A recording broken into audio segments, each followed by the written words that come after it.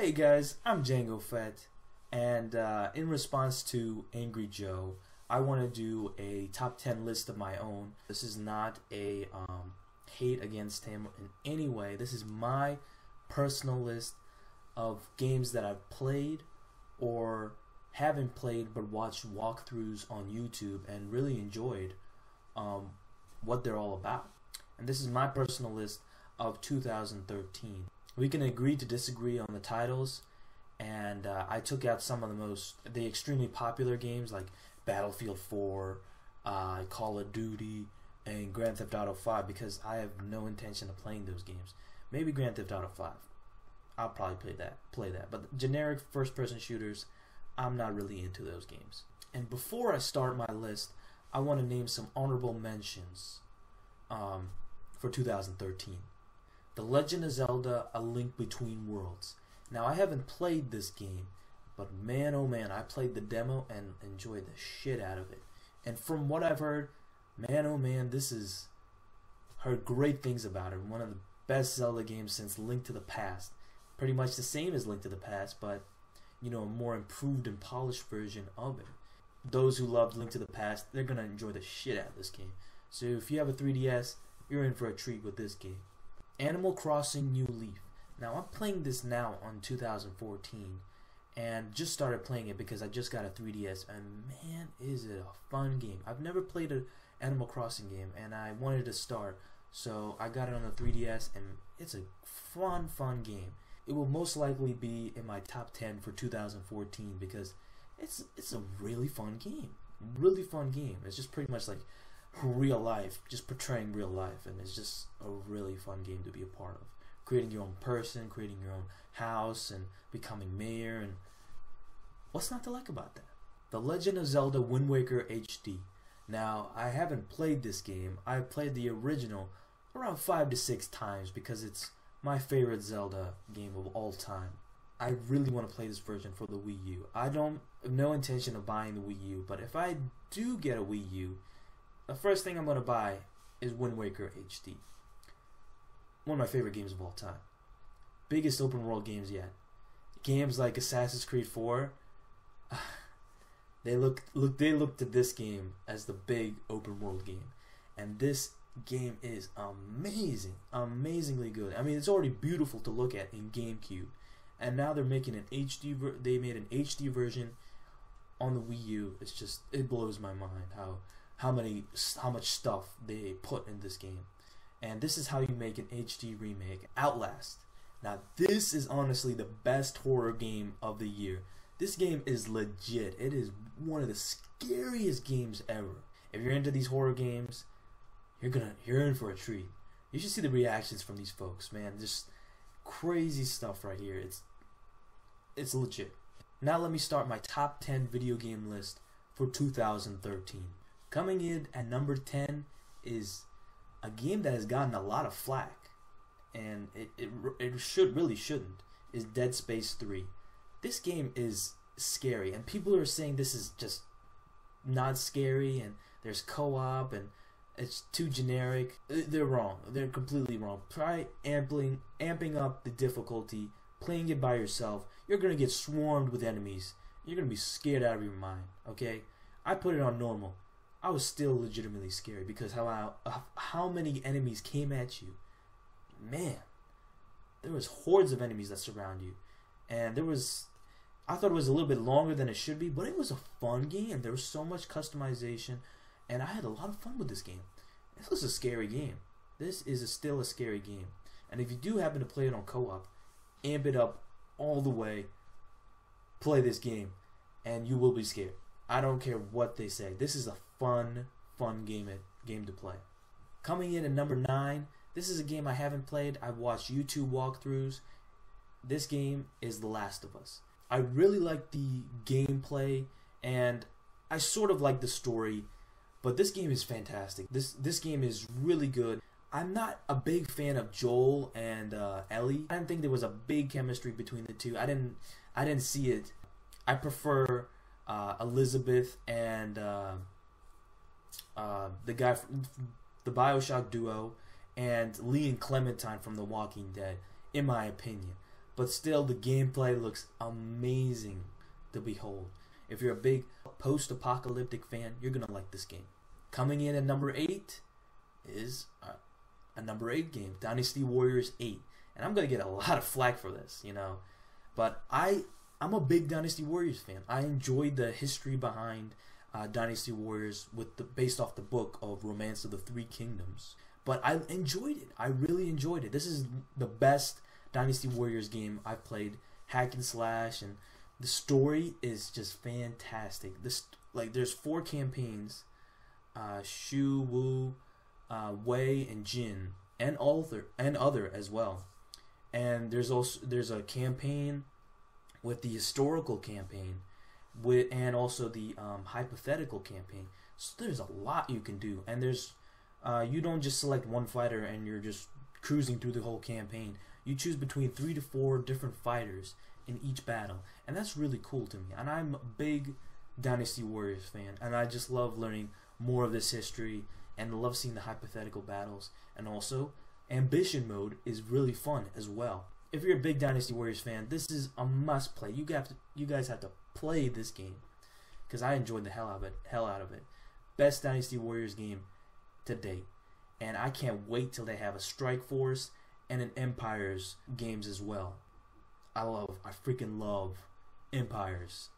It's one of my favorite parts of Dynasty Warriors. Coming in at number 7 is a game that it came out in 2012, December 2012, but I played it in like January or February of 2013, and that's Far Cry 3. The story is really good. I didn't really like Voss, the villain, too much. He was alright. He wasn't as great as everybody said he was. But it's pretty much Skyrim with guns. That's the best description as it is. And it's a really fun game to be a part of. Hunting, doing all these liberation quests, and taking down these forts, and it's really fun. There's lots of guns you can be a part of, equip, and this is a fun first-person shooter game. And I'm not really big into first-person shooters unless they have a good story, and this game had a really good story. Number 7, BioShock Infinite. This is a really fun first-person shooter game to play. But as I progressed, it felt like the same thing over and over again. But I really enjoyed it. The ending is fantastic, and one of the best endings in a video game to date. And especially for this year, great ending for a game. And I really like the duo between Elizabeth and your main character. It was really good. And I love all the powers you can obtain, the different guns you can use, and fighting these different enemies, and using different strategies for each one. It's really fun first-person shooter game. Coming in at number 5 is a game that no one's put on their top 10 list, and a game that I haven't played but witnessed on YouTube is StarCraft 2. Did everyone forget about this game? I mean, come on, this game was amazing. StarCraft 2, Heart of the Swarm. In my opinion, it had the second best story of 2013. Fantastic story. The single player experience with Kerrigan was amazing to behold. You actually like Kerrigan more with the Zerg, so it's a really fun game to behold. And this, man, I don't know how these people do all these multitasking with the RTS games. It's pretty crazy. I want to be a part of that, but man, it's too tough for me, man. It's too much. But fantastic game to behold. My God, Blizzard, you've done it again with another great StarCraft game. Man, I just wish Warcraft was like this again instead of World of Warcraft, and wish there was like a Warcraft 4 with the RTS elements. That would be fantastic, like how StarCraft 2 is doing. And I hope to God StarCraft doesn't become like World of Warcraft and has its own MMO. It's just gonna ruin the franchise, and it's not gonna do it any justice. So Blizzard's known for having their great stories, and guess what? It continues it off with StarCraft 2: Heart of the Swarm, and I just can't wait till they do the Protoss campaign, because man, oh man, the Protoss are my favorite campaign of StarCraft, and I can't wait till what Zeratul does and other characters with the Protoss. Coming in at number 4 is Saints Row 4, ironically. First Dynasty Warriors 8, number 8. Number 4, Saints Row 4. This game is fantastic. It is not on the level of GTA. It is a fun game to play. There is so much you can do with this game. There's so many superpowers you can play with, and it has the best soundtrack in a video game I've seen. Yeah, I mean, in a GTA type of game. I mean, just like song-wise, it has plenty of different songs, different radio stations you can select from and play with. There are plenty of guns you can use in this game, but you're not going to need them because you're going to have all these awesome superpowers you can use. And man, oh man, this is honestly one of the best superhero games I've played since, what, Incredible Hulk? And those games were fucking awesome. Awesome Hulk games. Wish they had more of those. Now the number 3 game I originally put as number 2, but after playing the number 2 game, I had to change it. After finishing number 2, I had to switch it around. But coming in at number 3 is Assassin's Creed 4 Black Flag. Man, oh man, this is a fun game. This is a fun game. Even though the story sucks, Edward, I'm not a big fan of at all. But man, oh man, this is a big open world game where you can ride your ship, raid all these ships. You can go to different cities as well on land. And this is the best pirate game ever. And I did a pros and cons video of this game here. If you if you click on the tab above, and I put the link down below. So please check that out as well. I really enjoyed this game. I hated the story. I hated Edward. But besides that, I really enjoyed this game. One of the best open world games yet. Originally coming in at number 3, now number 2 is Brothers: A Tale of Two Sons. And as soon as I finished the game, man, oh man, is that story incredible. Best story in a game for 2013, in my opinion. In my opinion. It's an underrated, an indie game, an arcade game on Xbox Live and on PlayStation Network. Free for January. Xbox guys, we gotta buy this, man. You gotta buy this. Okay? It's worth the price, $20. It was originally it was actually $5 on December, and worth playing for the story. And man, I know the controls might seem funky. The controls might seem funky to you using 2 joysticks for 1 controller, but it's worth it. You get used to it, and you have a fun time playing it. And I'm doing a walkthrough of that now. So if you click on the tab above and the link down below, I really appreciate it. It's the playlist, and you can watch all my videos there. Still haven't finished it yet. Recording wise, I haven't finished it. Game wise, I finished the game. I want to show you guys all of the levels, and really enjoyed it. It's just a beautiful game to behold, and I consider it the Journey of 2012. And if you're familiar with Journey, which came out for PlayStation 3 a year back, man, oh man, is this a fun game to behold. It's a beautiful game in itself. And the dynamic between these 2 brothers is absolutely amazing. Amazing to behold.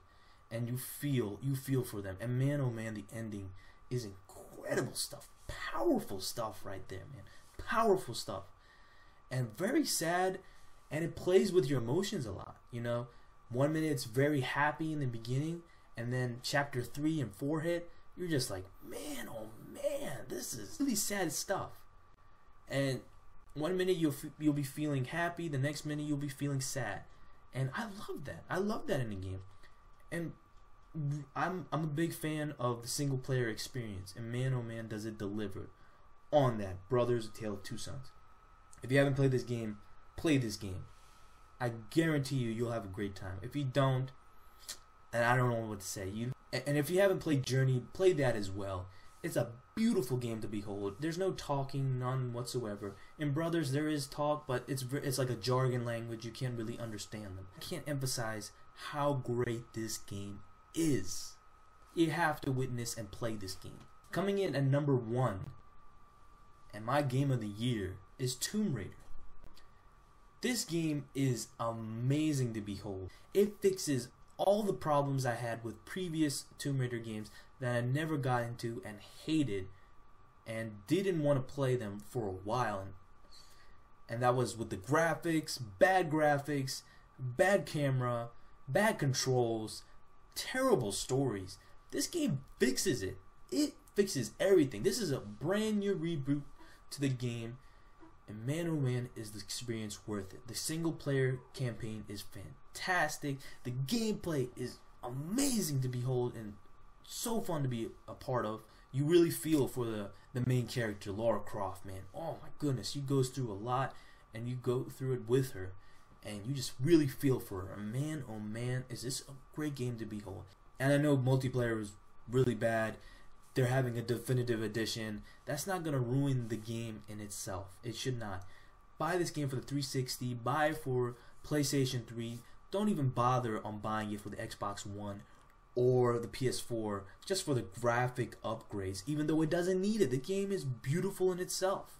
I just had a lot of fun with this game. I can't wait to do another walkthrough myself and show everyone my gameplay footage. So I hope you enjoyed my top 10 list for 2013, and even though I didn't name some or not all of your guys, you know, games like Grand Theft Auto or whatever it may be, it was just my list, okay? It was my personal list, so please don't hate on me for that. I mean, everybody has their own list, and I just wanted to do mine. I would really appreciate it if you guys could please like and comment my video. Please check out my other videos on my channel as well, and on my channel, Django Fett, and please subscribe. Please subscribe. It really means a lot to me if you guys subscribe to my channel as well. And I'll hopefully see you guys next time. Peace.